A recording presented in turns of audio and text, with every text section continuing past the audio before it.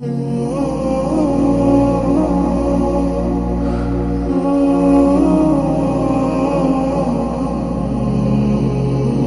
الله الرحمن الرحيم الحمد لله رب العالمين والصلاة والسلام على سيد الأنبياء والمرسلين محمد وآله وصحبه أجمعين أما بعد فأعوذ بالله من الشيطان الرجيم بسم الله الرحمن الرحيم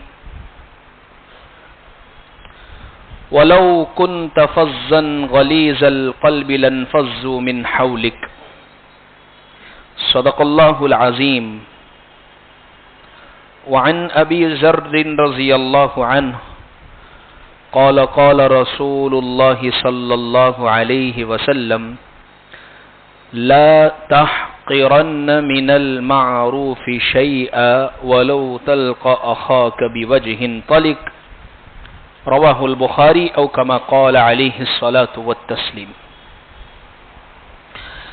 عزیز بزرگوں،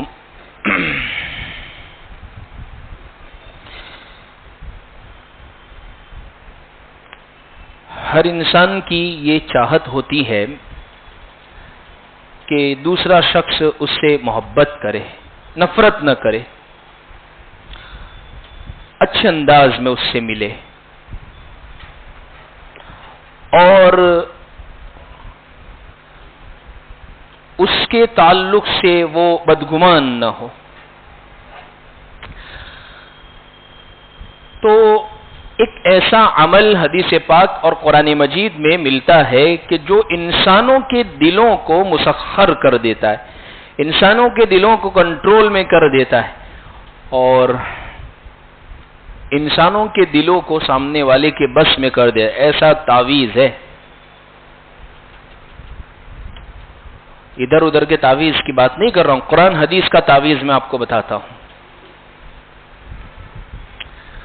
اور وہ تعویذ یہ ہے، حدیث پاک میں حضور نے فرمایا کہ اگر تم چاہتے ہو کہ لوگ تم سے محبت کرے، لوگ تم سے خوش ہو، تو جب بھی ان سے ملاقات کرو تو خندہ پیشانی اور مسکرا کر ملاقات کرو. بہت بڑی چیز ہے یہ.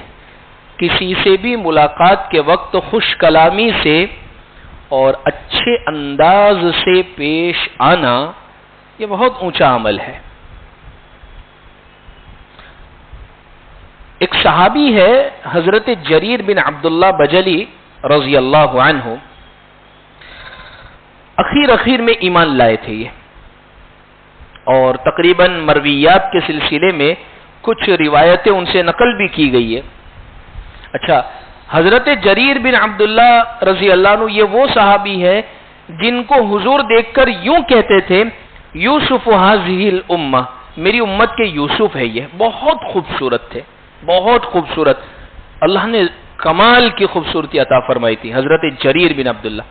اچھا، حضرت جریر بن عبداللہ بجلی رضی اللہ عنہ یہ فرماتے ہیں میں نے جب بھی حضور سے ملاقات کی تو حضور کو ہمیشہ میں نے مسکراتا ہوا ہی پایا ہے. عمل چھوٹا سا ہے، بات بہت مختصر سی ہے، لیکن اس کے اندر اخلاق کا بہت بڑا پہلو چھپا ہوا ہے. بعض مرتبہ ہم کسی سے ملاقات کرتے ہیں، ہمارے دل میں کچھ نہیں ہے، لیکن مسکرا کر ہم نے ملاقات نہیں کی ہے، غصے میں ملاقات کی ہے، یا اسی طریقے سے ناراضگی والے لہجے اور جملے سے ملاقات کی ہے، تو سامنے والا پھر بدگمان ہو جاتا ہے کہ پتہ نہیں اس کے دل میں کیا چل رہا ہے، پتہ نہیں یہ کیوں ایسی بات کر رہا ہے، پتہ نہیں یہ ایسا کیوں کر رہا ہے. لیکن ایک مسکراہٹ اتنی بڑی چیز ہوتی ہے کہ اس کی وجہ سے سامنے والا کہتا ہے ارے کچھ بھی نہیں اس کے دل میں، جبھی تو یہ ہنس کے مسکرا کر خندہ پیشانی کے ساتھ بات کر رہا ہے. تو اس لیے ضرورت اس چیز کی ہے کہ ہماری بات کے اندر خوش کلامی ہو، یعنی اچھی بات ہو. اسی لیے ایک حدیث میں حضور نے یہ بات ارشاد فرمائی ہے کہ لا تحقرن من المعروف شیئا، کسی بھی نیکی کو ہلکا مت سمجھو، حقیر مت سمجھو.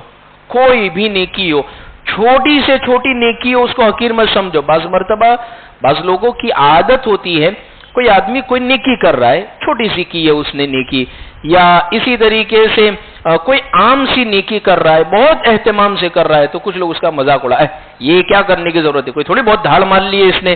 نہیں، نیکی کے تعلق سے حقیر سمجھنے کی، اس کو بے وقت سمجھنے کی ہم کبھی بھی غلطی نہ کریں.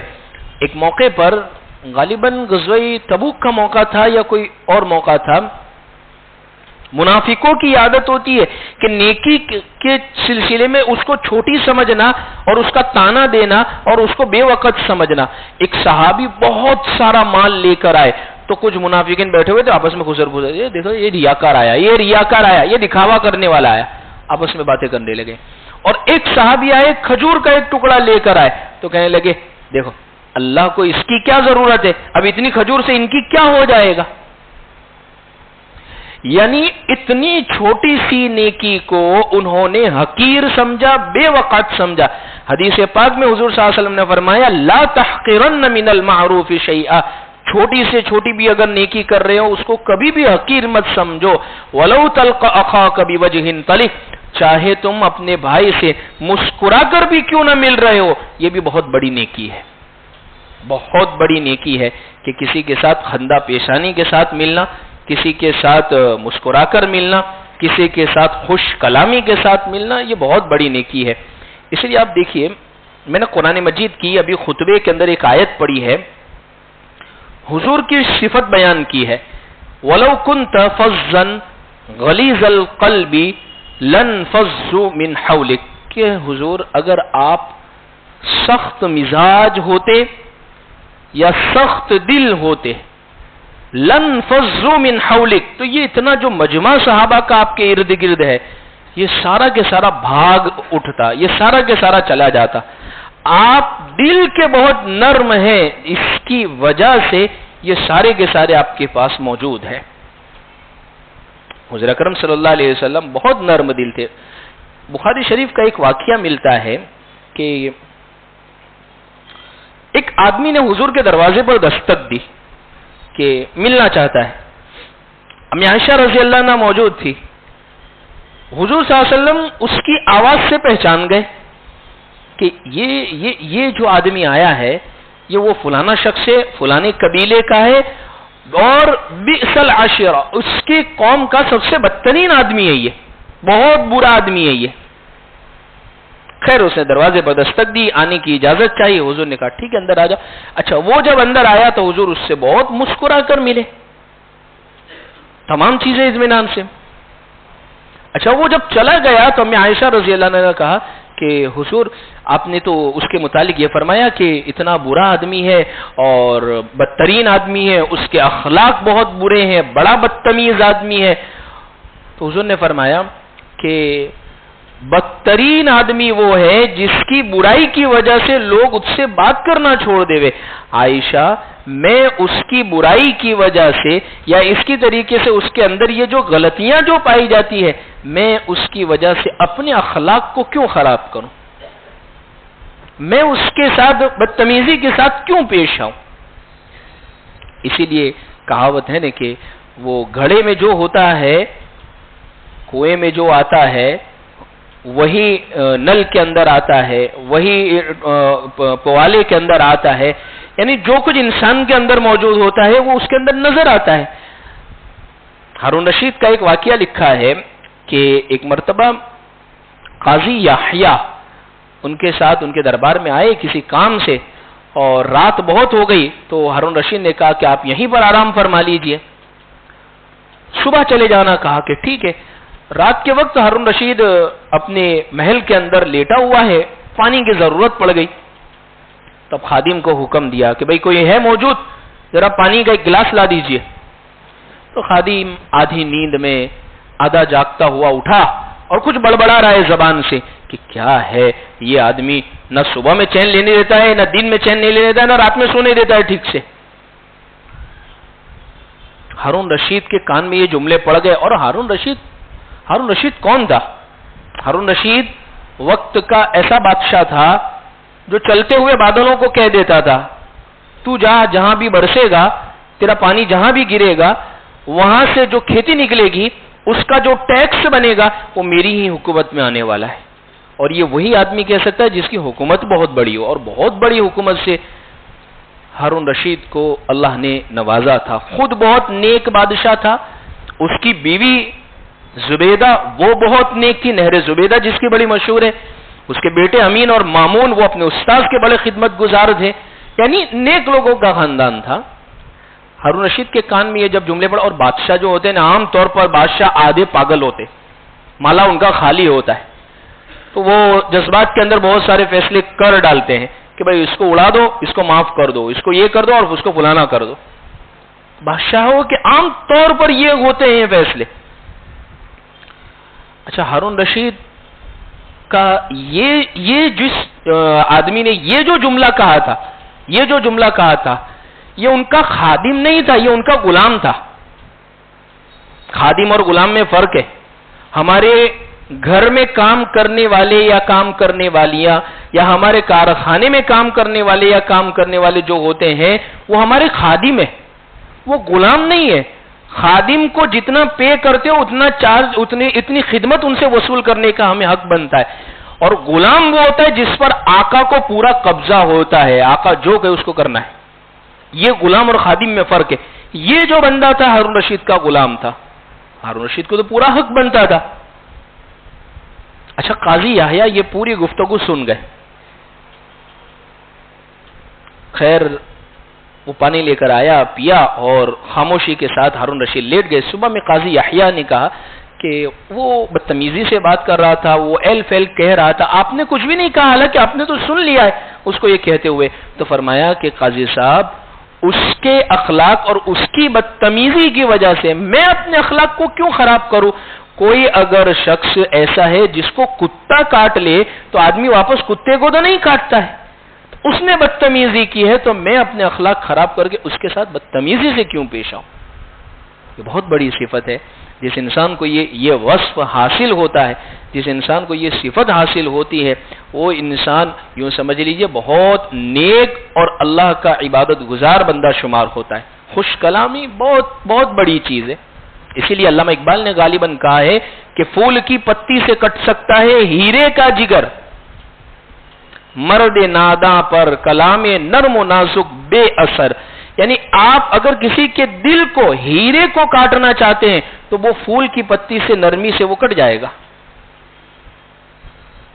محبت سے, محبت ایک ایسی چیز ہے, اچھے اخلاق ایک ایسی چیز ہے, خندہ پیشانی کے ساتھ ملنا ایک ایسی چیز ہے کہ سامنے والے کے دل کو موم کر دے گا. ورنہ اگر سامنے والا بد اخلاقی ہے اور وہ نادان آدمی ہے تو کلام نرم و نازک بے اثر, تو اس پر کوئی کلام کا اثر نہیں پڑے گا. اس لیے آپ ایک بات نوٹ کریں, آپ ایک بات دیکھیے کہ وہ حضرات جو سیلس مین شپ وغیرہ کا کام کرتے ہیں, سیلس مین ڈپارٹمنٹ میں, سیلس ڈپارٹمنٹ میں ہوتے ہیں خاص طور پر, جو اسی طریقے سے کاؤنٹر پر خاص طور پر کھڑے ہوتے ہیں, جن کو کوئی چیز دکھانے کا کام ہوتا ہے, وہ گراہک سے جب ملتے ہیں تو ان کی بات کرنے کا انداز دیکھیے. اس نے ایک چیز بتائی, وہ سمجھ میں نہیں ہے, بھائی نہیں چلے گی. دوسری بتائے گا, تیسری بتائے گا, ارے وہ جاتے جاتے بھی اتنی ساری چیزیں وہ دیکھ کر گیا پھر بھی نہیں سمجھ, ایک اور چیزیں میں گوڈاؤن میں سے لے کر آؤں دکھاؤں آپ کو. یعنی کتنی خندہ پیشانی کے ساتھ, کتنا پازیٹو. ہاں, وہ جانے کے بعد وہ آپس میں بات کر لے گا, یہ صبح صبح پتا نہیں کس کا منہ دیکھ لیا کہ یہ آ گیا. سامنے کبھی بھی ایسا نہیں ہوگا. وہ اس کا اثر یہ ہے کہ اس کی, اور اسی لیے آج کل کاروبار میں خاص طور پر اس چیز کو بہت زیادہ دیکھا جاتا ہے کہ کس امپلائیز نے سب سے زیادہ سیلس مینی کی ہے اور سب سے اچھے انداز میں کی ہے. اس لیے ہم موبائل کی کمپنی وغیرہ میں یا سم کارڈ وغیرہ کے لیے یا آن لائن چیزیں جو ہم منگواتے ہیں, اس میں اگر کوئی ایشو وغیرہ ہوتے ہیں تو ہم کسٹمر کیئر میں فون کرتے ہیں, تو کال ختم ہونے کے بعد ہمیں سامنے والا کیا کہتا ہے, سر فیڈ بیک دے دینا نے, ریویو دے دینا نے, اسٹار دے دینا نے, ہمارے ساتھ جو بات چیت ہوئی ہے اس بات چیت کو آپ نے تسلی ہوئی کہ نہیں ہوئی, ہم نے آپ کی تمام ضرورت کو پورا کر دیا کہ نہیں کر دیا. وہ یہ چیز سمجھ گئے ہیں کہ یہ چیز کی وجہ سے گراہک کا دل مسخر ہوتا ہے. لیکن اللہ کے نبی صلی اللہ علیہ وسلم نے مسلمانوں کو اور انسان کو یہ چیز بتائی ہے، اگر آپ کسی کے دل کو جیتنا چاہتے ہیں تو اس کے ساتھ خوش کلامی، اچھے اخلاق، مثبت انداز، پازیٹیو بات، ہنستے ہوئے چہرے سے ملے، انشاءاللہ آپ دیکھیے اس کا دل مسخر ہو جائے گا۔ بہت بڑی چیز ہے، بہت بڑا یہ وصف ہے۔ نہ بعض لوگوں کی عادت ہوتی ہے ملاقات کے وقت نہ مسکراہٹ ہے چہرے پہ، نہ اسی طریقے سے سنجیدہ انداز ہوتا ہے۔ وہ کہتے ہیں کسی نے کہ ایسا انداز ہوتا ہے جیسے کریلا نیم چڑھا، ایک تو کریلا خود کڑوا اور پھر اس پر نیم، تو اور کیا۔ ہمارے استاذ کہتے تھے بعض مرتبہ مزاحیہ طور پر کلاس میں اگر کسی کو سبق یاد نہیں ہوا اور وہ ایک دم ٹینشن میں بیٹھا ہوتا تو کہتا کہ کیا بھائی کھٹی کڑی پی کر آئے ہو کیا؟ کوئی مسکراہٹ چہرے کے ہاؤ بھاؤ ختم ہے، لیکن اس کو پتا ہے کہ وہ سبق یاد نہیں ہے تو ابھی پتہ نہیں کیا ہوگا معاملہ، تو اس وجہ سے وہ ٹینشن میں ہوتا ہے۔ آپ غور کریں، اس دنیا کی اگر ہستیوں کو اگر ہم دیکھیں، دنیا کے بڑے بڑے لوگوں کو آپ اٹھائیں، ان کی لائف، ان کی زندگی کو ذرا ہم پڑھیں، ان کی زندگیوں کو جب ہم پڑھتے ہیں تو بہت ساری چیزیں دیکھنے کو، جاننے کو، سیکھنے کو اور سمجھنے کو ملتی ہے۔ لیکن میں یہ سمجھتا ہوں ہم عقیدت سے نہیں، ہم بصیرت سے بھی یہ بات کہتے ہیں کہ اس دنیا کی بزی ترین شخصیت اگر کوئی ہے، مشغول ترین شخصیت، تو وہ پیارے آقا صلی اللہ علیہ وسلم ہے، بہت مشغول ہے۔ آپ دیکھیں نا، آپ فجر کی نماز پڑھائی اور مسجد نبوی میں بیٹھ گئے، صحابہ کرام اپنے خواب بیان کر رہے تو اللہ کے نبی صلی اللہ علیہ وسلم ان کی تعبیرات بیان کر رہے ہیں۔ کچھ دیر گزرنے کے بعد قافلے والوں کے ساتھ آپ بیٹھے ہوئے، کچھ دیر گزرنے کے بعد آپ نے معمولات کے اندر ہے، ظہر کی نماز پڑھائی، ظہر کی نماز کے بعد کھانا ہے یا کیلولا ہے، ہلکا پھلکا آرام ہے، اس کے بعد پھر دن کے معمولات ہے، عصر کی نماز کے بعد تمام بیویوں کے پاس آپ ملاقات کے لیے جا رہے، مغرب کی نماز کے بعد معمولات، رات کو تہجد، دن کو پتہ نہیں کتنے لشکروں کو روانہ کرنا اور کتنے ساتھ بیٹھنا، اتنی مشغول ترین شخصیت۔ لیکن امی عائشہ رضی اللہ عنہا فرماتی ہے کہ وَلِلنَّاسِ شَمْسٌ وَلِلْآفَاقِ شَمْسٌ لَنَا شَمْسٌ وَلِلْآفَاقِ شَمْسٌ، دنیا والوں تمہارے لیے ایک سورج ہے اور ہمارے لیے بھی ہمارا ایک سورج ہے۔ ہمارا سورج جب گھر میں آتا ہے تو گھر کے اندر خوشیاں ہو جاتی ہے۔ ہمیں عائشہ فرماتی ہے اتنی مشغول ترین شخصیت ہونے کے باوجود جب بھی حضور گھر میں تشریف لائے مسکراتے ہوئے چہرے سے آئے ہیں، یعنی باہر کی پریشانی کوئی گھر میں لے کر نہیں آئے، ورنہ بعض مرتبہ پریشانی ہوتی ہے، تکلیف ہوتی ہے، باہر کی کوئی پریشانی ہوتی ہے تو پھر گھر میں مستورات کو اور بچوں کو بھی پھر بولنے کی اجازت نہیں ہوتی ہے کہ نہیں نہیں پپا بہت ٹینشن، ابھی کچھ بھی نہیں بولنے کا، کاروبار کا بہت ٹینشن ہے اور فلانی چیز کا بہت ٹینشن ہے۔ بھائی ہے، بالکل ہے، لیکن آپ اپنی فیملی لائف کو اس کی وجہ سے کیوں ڈسٹرب کر رہے ہیں؟ ایک بزرگ کے متعلق لکھا ہے کہ وہ اپنے گھر سے باہر نکلتے تھے تو ایک درخت آتا تھا راستے کے اندر، وہاں سے کوئی چیز اٹھائی اور ایسے ہی خالی بس یوں ہاتھ گھمایا اور یوں سر پر رکھ دیتے تھے۔ گئے، کام کاج کیا پورے دن، رات کو جب شام کو واپس آتے تھے تو پھر کوئی چیز سر پر سے اٹھائی اور پھر ایسے یوں کر کے رکھ دیتے تھے۔ کسی نے پوچھا یہ کیا کرتے ہو؟ کہا کہ وہ کاروبار کی جتنی بھی ٹینشن ہے نا، باہر کی جتنی بھی الجھنیں، لوگوں سے جتنی بھی بحثیں ہوئی ہے اور جو کچھ بھی بات ہوئی ہے وہ سب اتار کے میں باہر ہی رکھ کے جاتا ہوں، گھر میں جاتا ہوں تو پھر اب میں گھر والوں کا ہوں۔ لیکن عام طور پر، خاص طور پر ہمارے معاشرے میں سمجھ میں الٹا ہوتا ہے کہ آدمی باہر والوں کے ساتھ، دوست احباب کے ساتھ، رشتہ داروں کے ساتھ بڑا مسکرا کر مل رہا ہے، بڑا خندہ پیشانی سے، اور سب سے زیادہ اس کے بد اخلاقی کا کوئی شکار ہے تو اس کے گھر کے لوگ اس کی بد اخلاقی کا شکار ہے، بچے اس کی بد اخلاقی کا شکار، بیوی اس کی بد اخلاقی کا شکار ہے۔ وہی شوہر 5 منٹ پہلے بیوی سے لڑ رہا تھا اور دوست سے فون آ گیا تو کیسی ہنس کر باتیں ہو رہی ہے۔ اب دیکھیے نا کہ یہ وہی تو ہے، وہی تو آدمی ہے، لیکن معاملہ یہ ہے۔ اسی لیے اللہ کے نبی صلی اللہ علیہ وسلم نے فرمایا خندہ پیشانی کے ساتھ ملنا یہ صدقہ دینے کی طرح ہے۔ صدقہ دے دینا، اللہ کے راستے میں کسی غریب کی مدد کر دینا کتنا ثواب ہے۔ اللہ بیماریوں کو اس کی وجہ سے دور فرماتے ہیں، تکلیفوں کو دور فرماتے ہیں، کوئی حالات مصیبت آنے والی ہو تو وہ ٹال دیتے ہیں۔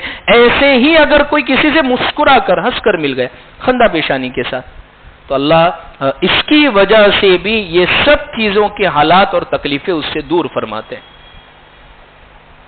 شمائل ترمذی کے اندر لکھا ہے کہ حضور صلی اللہ علیہ وسلم کان متبسما، بہت مسکرانے والے تھے، بہت مسکرانے والے تھے. آپ کسی سے بھی ملتے تھے تو خندہ پیشانی کے ساتھ ملتے تھے، مسکرا کر ملتے تھے.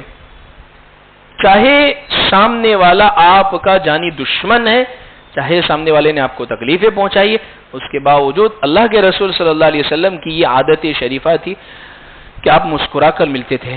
دیکھیے حضور کے غصے حدیث اور سیرت کی کتابوں میں بہت ساری جگہ ملتے ہیں کہ ایک غصے کے وقت ایک بیچ میں یہاں ایک نس، ایک رگ ہوتی تھی، وہ پھڑکنے لگ جاتی تھی.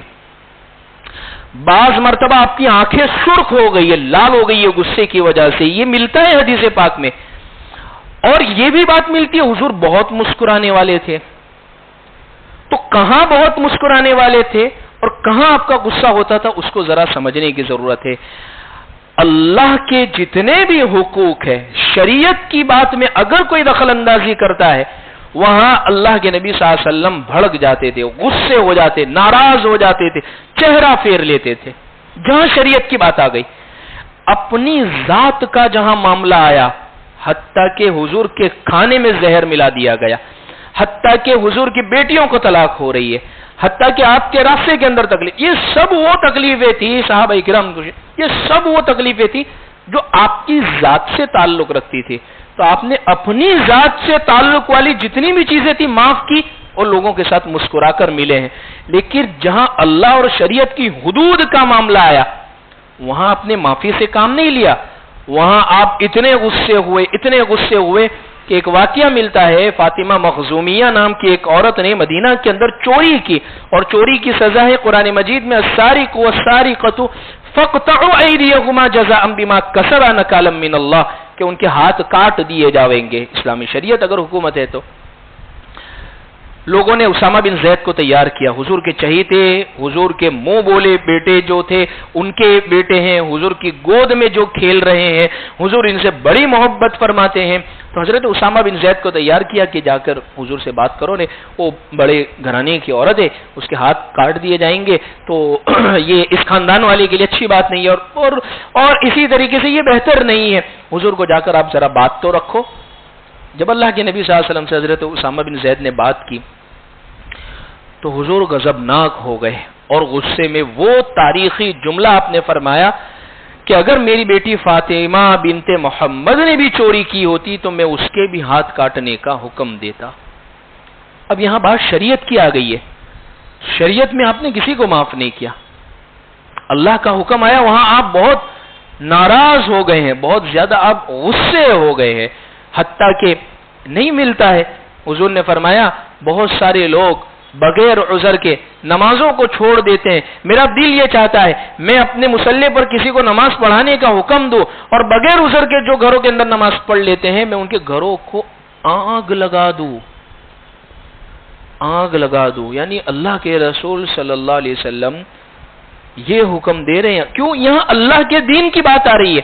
وہیں پر ایک غزوے کے موقع پر جہاں خود کی ذات کا معاملہ ہے کہ اللہ کے نبی صلی اللہ علیہ وسلم ایک پہاڑ کی ایک اوٹ کے اندر آرام فرمانے کے لیے لیٹے، آنکھ لگی اور ایک جانی دشمن انتظار کر رہا تھا، وہ آ کر تلوار لے کر کھڑا ہو گیا. من یمنعک منی، کون بچائے گا آپ کو مجھ سے، کون بچائے گا آپ کو مجھ سے؟ حضور نے بہت اطمینان سے کہا اللہ. یہ اللہ کا لفظ ہے نا، جب دل سے نکلتا ہے تو آدمی کا دل ہل جاتا ہے. ہم نہیں دیکھتے کہ بہت سارے اکابرین جو مراقبے کرواتے ہیں، جو ذکر کرواتے ہیں، اور اس ذکر میں اللہ کی جو ضربے لگواتے ہیں جس کی وجہ سے دل ہلنے لگ جاتے ہیں، ایک دل پر اثر پڑتا ہے اس کا. اللہ کا نام جب بولا جاتا ہے اور وہ ضرب لگا کر دل کے اوپر بولا جاتا ہے تو دل ہلنے لگ جاتا ہے، دل ایک حرکت میں آ جاتا ہے. اور یہاں تو حضور نے کہا ہے اللہ، یہ جملہ بولنا تھا، اس کے ہاتھ میں سے تلوار گر گئی. اب حضور نے اٹھا لی اور حضور مسکراتے ہوئے کہہ رہے اب تجھے مجھ سے کون بچائے گا؟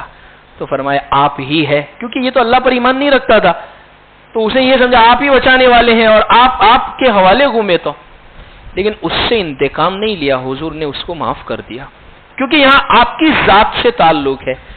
ہمارا معاملہ اللہ معاف کرے الٹا ہو گیا، ذات کی جہاں بات آئی وہاں ہم کسی کو بخشنے کے لیے کسی کو چھوڑنے کے لیے ہم تیار نہیں ہوتے. نہیں، اس نے میری شان میں گستاخی کی، اس نے میرے متعلق بدزیبا کلمات کہے، اس نے میرے متعلق، اب میں اس کو نہیں چھوڑوں گا، اب میں اس کو بتاؤں گا، اب میں اس کو دکھاتا ہوں، اب دیکھ اس کے ساتھ، اب اس کو میں کیا. ذات کے معاملے کے اوپر تو معافی کا حکم ہے حضور کا. اور جہاں شریعت کی بات آئی ہے، بیٹا نماز نہیں پڑھ رہا ہے، روزے نہیں رکھ رہا ہے، ماں باپ کا نافرمان ہے، وہاں پر شریعت نے یہ کہا ہے یہ سب چیزیں کریں نا تو اولاد کو سب سے پہلے سمجھائیں. نمبر 2 کے اوپر ہلکی ہلکی ڈانٹ ڈپٹ کرے. نمبر 3 کے اوپر کوئی ہلکی سی سزا. نمبر 4 کے اوپر مارنے کی گنجائش. اور نمبر 5 کے اوپر اس سے تعلق بھی ختم کر لوں گے تو کوئی حرج کی بات نہیں ہے، رشتہ اگر توڑ لوں گے کیونکہ یہ دین کے لیے کر رہے اور نہیں ملتا ہے. 50 دن تک حضرت کعب بن مالک، حضرت ہلال بن امیہ، حضرت مرارہ بن ربیعہ، سب لوگوں نے 50 دن تک بولنا چھوڑ دیا تھا. کیوں؟ دین کی خاطر تھا، شریعت کی خاطر تھا. امی عائشہ رضی اللہ عنہ اپنے سگے بھانجے سے بات چیت کرنا چھوڑ دی تھی، حضرت عبداللہ بن زبیر سے. کیوں؟ دین کی خاطر تھا. وہاں ذات کا مسئلہ نہیں تھا.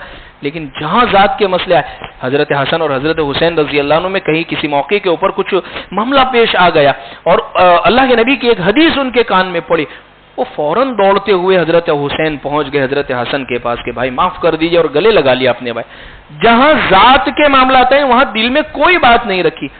شریعت کے معاملے کے اندر اللہ سے ہم یہ دعا کرے، اللہ سے ہم یہ چیز مانگے کہ ہم اپنی ذات کے تعلق سے اگر کوئی مسائل ہو تو اللہ کے لیے معاف کرے، خوش کلامی کے ساتھ لوگوں کے ساتھ پیش آئے، خندہ پیشانی کے ساتھ لوگوں کے ساتھ ملے، مسکرا کر ملے. اسی لیے آپ دیکھیں نا، ویسے ہی نفرتیں، نیگیٹیوٹی اتنی زیادہ پھیلی، اس دور میں تو اور زیادہ انسان کو مثبت اور پازیٹیو ہونے کی ضرورت ہے. اور حقیقت میں ہم نے اللہ کے نبی صلی اللہ علیہ وسلم کی سیرت سے یہ سب چیز لینا اور پڑھنا چھوڑ دیا. سب سے زیادہ پازیٹیو شخصیت اس دنیا میں اگر کوئی ہے تو وہ حضور اکرم صلی اللہ علیہ وسلم ہے. نہیں دیکھتے ہیں. اب دیکھیں نا کہ یہ غار ثور کے اندر حضور موجود ہے، غار ثور میں. اب آپ دیکھیے پازیٹیو تھنک کیا ہوتی ہے، یہ ہمیں سیرت سکھا رہی ہے.